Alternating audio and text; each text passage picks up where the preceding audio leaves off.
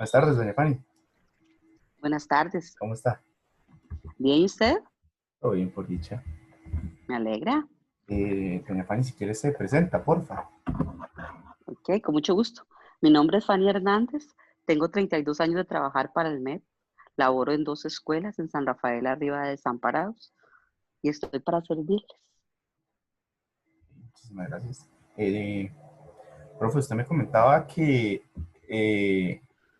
a lo largo de sus años ha tenido ciertas experiencias con el tema que estamos tratando acá. Y entonces quería hacerle un par de preguntitas relacionadas con esto, si le parece bien. Claro, con muchísimo gusto. En lo que pueda servirles.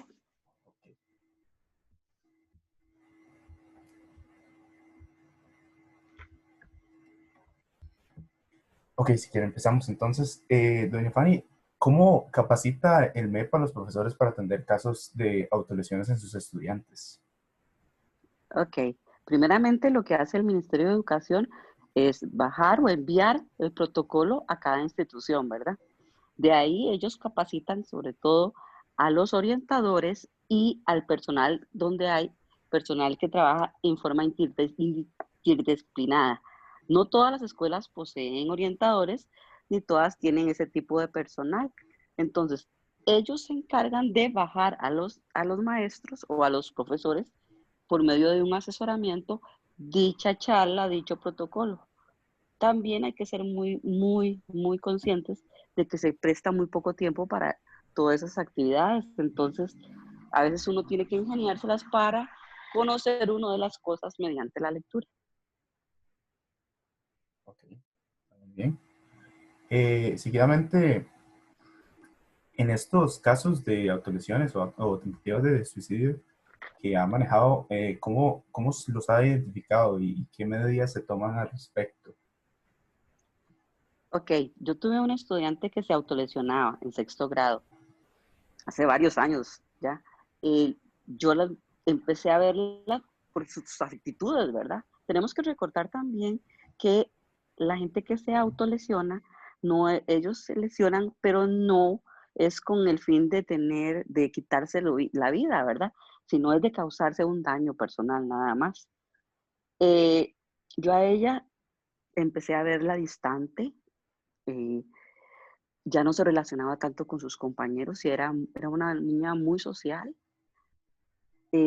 muy como triste, eh, sumida en sus cosas, ya no salía al recreo, ya no compartía con ellos.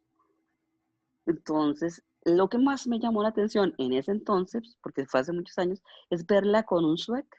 El suéter no se lo quitaba a ninguna hora, hacía sol o frío. Entonces me causó ya lo que era como el preguntar, el ver qué.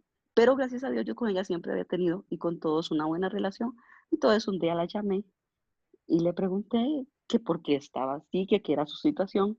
Y ella en el primer momento me confesó que ella se estaba autolesionando porque quería ser incluida en cierto grupo, obviamente no de la institución, y me mostró sus lesiones, a lo cual yo traté siempre de que ella me sintiera, mi principal objetivo era que ella me sintiera que yo la podía acompañar, que la podía escuchar, que la podía comprender y sobre todo que la podía ayudar, que juntos, entre ella y yo y otras personas, íbamos a tratar de ayudarla y que íbamos a conseguir esa ayuda, porque ellos entre sus cosas también se sienten como que no hay, tal vez quieren salir de su problema, pero no encuentran cómo ni creen que haya un cómo, ¿verdad?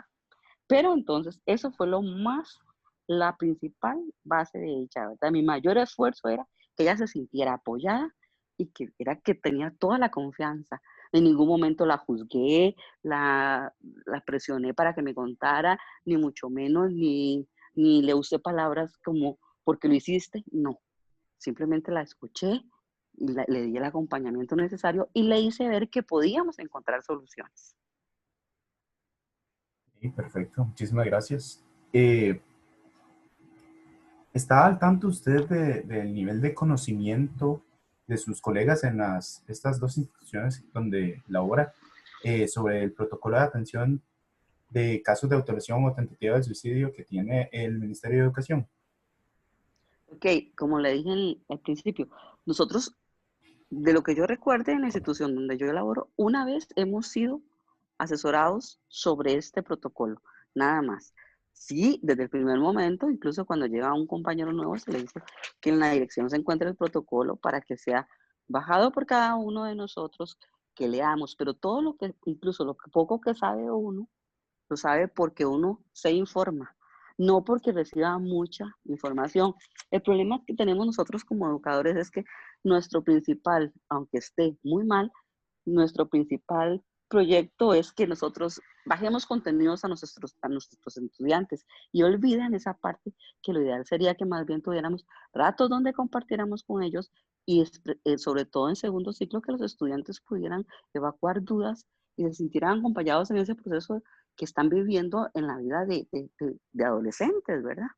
Pero nosotros simplemente es igual, así como le estoy diciendo, porque tenemos el protocolo, porque nos bajan el protocolo, que alguien tal vez alguna vez nos da una capacitación y punto, pero en realidad todo lo que sabemos, como se lo dije, es porque nosotros mismos buscamos la información. Ok, y entonces, digamos, aunado a esto que me comenta, ¿cree usted que están suficientemente capacitados entonces? No, claro que no. Y lo ideal sería que en cada institución existiera un psicólogo, un orientador, que son las personas todavía que tienen más conocimiento y que nos pudieran acompañar cuando se diera una situación de estas. Pero en realidad no estamos bien informados ni bien capacitados, que es lo más importante. Simplemente seguimos un protocolo, a veces hasta con errores, porque nunca lo hemos hecho, ¿verdad? Ni nos han informado correctamente. Ok, ahora que me mencionaba esto de los errores, hablando más específicamente del ya el protocolo que establece el ministerio, ¿cree usted que este protocolo es suficiente para cubrir estas necesidades y cuidados que se tienen que tener con estos estudiantes? Como le digo, el protocolo en sí, lo que es al papel o donde sea hecho, está bien elaborado. El problema radica en no tener el tiempo para que nosotros como docentes estemos bien empapados del protocolo, de cómo actuar. Si bien es cierto que cuando se da una situación a veces el saber mucho no es sino lo que uno puede hacer, pero sí necesita uno saber acorde que hay que actuar primero, que hay que hablar con el estudiante, que no hay que juzgar, que no hay que punir, que el padre de familia hay que informarlo, pero a veces desconocemos los pasos y a veces hasta nos brincamos pasos porque no estamos bien informados. Ok, muchísimas gracias. Eh, Pasando un poco, ¿cree usted que la cantidad de estos casos de autolesiones y tentativas de suicidio va en aumento en estos últimos años o cree que más bien se ha reducido? Claro que sí van en aumento, lamentablemente, porque tenemos lo principal que no tenemos es ahora el apoyo de la familia. Ahora nuestras familias o son familias de solo una mamá que está a cargo o el papá o los dos, pero ambos trabajan. Nuestras necesidades económicas han sido mucho más altas, entonces el padre de familia deja más, no tal vez porque por intención, pero porque necesidad más a sus hijos solos. Hay poca comunicación, existe mucho bullying, sobre todo ahora se da mucho en las escuelas, sin caer en que el bullying tiene que ser una acción repetitiva, ¿verdad? Y a veces también los mismos padres de familia no entienden, pero sí, se da muchísimo el bullying ahora en las escuelas. Hay mucho abuso sexual también, entonces que insta a los muchachos a tener esos sentimientos destructivos, ¿verdad? La pobreza extrema es otro factor que influye montones y las drogas, sin dejarlas muy atrás, ¿verdad? Ok, está muy bien.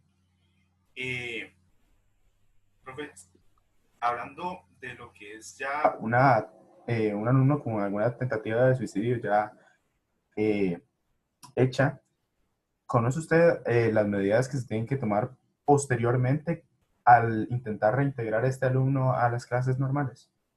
Ok, por lo menos lo que uno ha leído y cree que sería lo normal, primero que todo, yo pienso que es asesorar al grupo de estudiantes que quedan, a sus compañeros, ¿verdad? Sobre el problema que tuvo el compañero.